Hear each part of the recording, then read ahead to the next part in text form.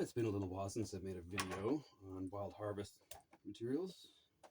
Last night, my buddy and I went out and did a midnight harvest. At this time of year, the low tides are in the middle of the night. So we walked out onto a wicked little beach near my place at about 1:30 in the morning and got this amazing low tide. We were able to find and dig out these enormous clams. They go by a number of names, and there's a number of different species. This is a goeyduck, sometimes called a horse clam, although I'm pretty sure they're actually two different species.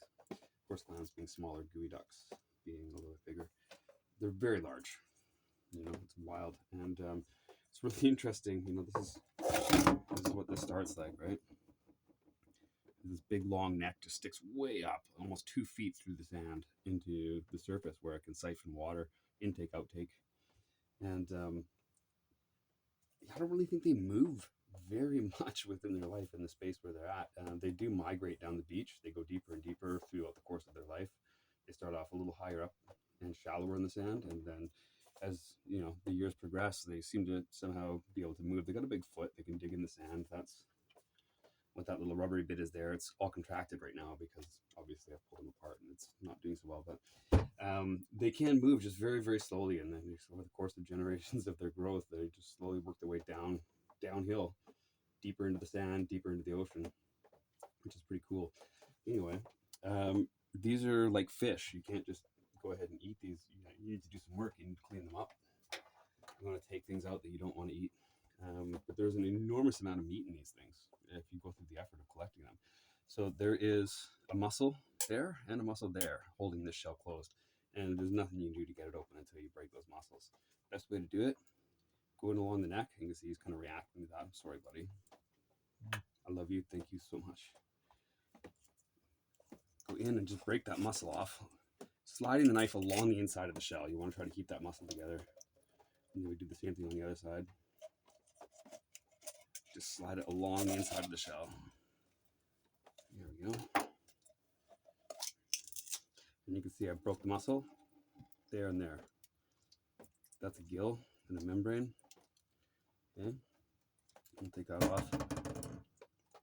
These are part of their closures, and these are the gills here. You can see there's little striations on them. That's how they breathe. You don't eat that. We're interested in this muscly tissue here, all the way along here. That's part of the closure. It's very good. It literally just pops right out as one piece. I know this looks gross, but once you've had a soup made out of this stuff, you understand why. All right, so this little veil and this is all really good food. It looks terrible. I'll show you how to make that look good. Most of this is not edible once you get to this point, but there is one little nice part here. Okay, this is the foot right there, that little rubbery bit. That's the foot. It can expand about that long. They push it down, fill it with water down to the sand below them, and they lock in and draw the body down, and the body wiggles and shakes as it goes down under the sand. They actually slowly keep digging while you're digging for them. They don't dig anywhere near as fast, but they can anchor themselves in. I wonder if you can see the gills there, the striations, different areas where it's pumping fluids through these things to collect oxygen. There's different layers of this, I think there's 3 different layers in the gill. And I'm only seeing 2 there. It might vary by species. I mean, that would make sense. It certainly happens with fish. All right. So, in order to get that foot, a couple things, knife or scissors. Scissors is just so convenient. We're just going to cut the foot off. Boop. That piece there, I'm going to clean that a little bit. What's sticking out there is an absolute miracle of nature. That's its penis, and it can extend about 1/2 kilometer. It's just insane. Absolutely insane what it can do with that thing. That is a tightly bound spiral of fibers. And like, if you just grab the tip, this is weird. You can sort of get it to unwind. Not going to happen here, but it will unwind into this long coil. There it goes. You can see it starting to unwind.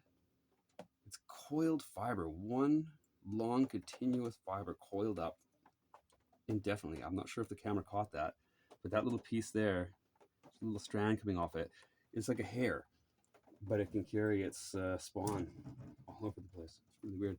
I'm going to get rid of the guts here. Going down here. Oftentimes when you open up these, you're going to find a little one of these inside. This is, I call them pearl crabs, which makes a lot of sense because they're inside the clam.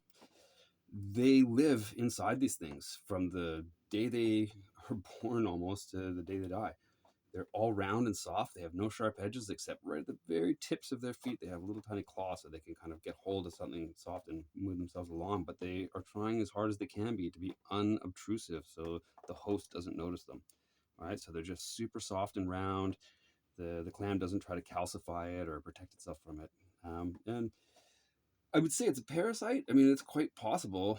Well, I've actually seen it. You know, they will defend their territory, so they probably provide a service to the clam too. They probably provide protection from smaller parasites and things. These guys will go in and clean them out, eat them, do whatever. So I'm pretty sure it's probably a symbiotic relationship, which is really cool. There's nothing I can do for this guy. You can't take him back to the ocean. It wouldn't matter. Once outside the clam, it's just how life goes. It's not always fair. All right. So there's that foot. I'm going to slice that a bit. And you can see there's a bit of nastiness on the inside there. I usually just scrape that off with the back of the knife. Some people in some cultures swear that's the tastiest part. I don't prescribe to that. For the most part, a little bit of that's not going to hurt you, although it is filter feeding. In months where there's warmer water, you want to be extraordinarily careful about that, although you just need to be extraordinarily careful with shellfish anyway in warmer months. And just avoid eating them in the summer. Not too complicated. Okay, that's good food. Here's the neck of one of the biggest ones we got. What we're going to do, you can see I've got some water over here on the boil. This skin here is not very appetizing, but underneath that is this very, very, very tender white meat. So we're going to blanch this thing. I'm going to drop it in the water there for 10, 15, maybe even 20 seconds because these are big. And we're going to be able to peel that skin right off in one long pull if we do it right and get the timing right, which is really cool. I'm just going to fix up this one here since we're on this program right now.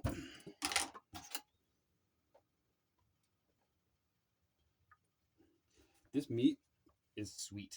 It's sweet and tender and buttery and just absolutely remarkable. It's effort, but so is life. I mean, getting up in the morning and taking your breakfast and going to work and whatever you're doing, everything's effort. You can be sitting around watching your phone, or you can be out harvesting food for yourself, and you're going to get a lot more out of the latter. And that's just how she goes. And I think that's probably warm enough, so we're going to stick that guy in there. Grab a pair of tongs.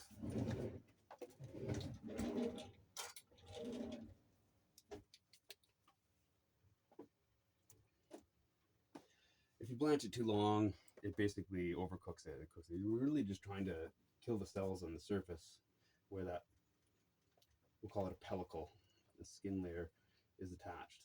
And then we're going to really quickly put it into some cold water to stop it from cooking. We want to do the cooking the way we want to do the cooking, which is with garlic butter and some cracked pepper and some lemon. Don't necessarily want to just poach it completely. Probably getting close.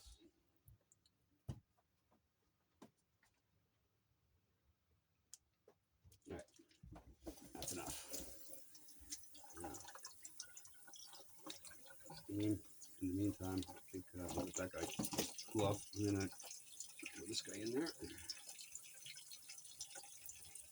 And wait.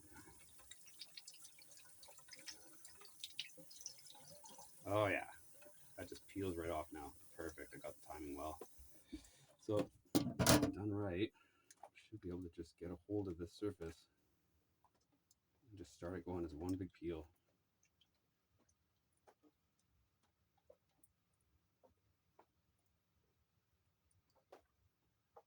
And it's not going as easy as I'd hoped. There she goes.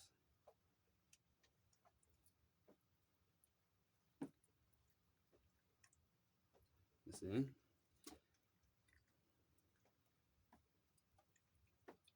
Should probably keep it in the cold water a bit longer, but I don't want to make the video too long. If I keep it in cold water just a little bit longer, which I will do, once it cools right down, this stiffens up, and this will actually peel off like a sticker. It almost wants to go. It's not that hard. It's not that much work. It's just a thing. You get something pretty cool out of it. Because these are hollow, and when you slice them really thin, slice them along those ridges, they basically become like calamari. They're like little delicious little meat rings. You can batter them and cook them in butter just like calamari. It just tastes better, and the texture is better. It's kind of almost like a sweet meat. It's kind of wild. I would say that if you have access to a clean beach on a northwestern coastal area, there's just no excuse for going hungry. It's work, but like I say, everything is. Whether you go to a job and earn money to go buy food, or whether you go out on the beach and take that time and spend it that way, you're getting the same thing. Only this stuff doesn't have poisons in it, other than what man's dumped in the ocean at this point. It's about as clean as it gets. So yeah, I'm gonna make myself some calamari rings. Got some other guys. This is a butter clam. These guys, they're different. You have to treat them differently when you harvest them. But it'll be another video. Oh, I forgot to mention these mussels. We don't want to forget about those. Those are good. It's like little scallops. Keep those for sure. And that's it. That's how you do it.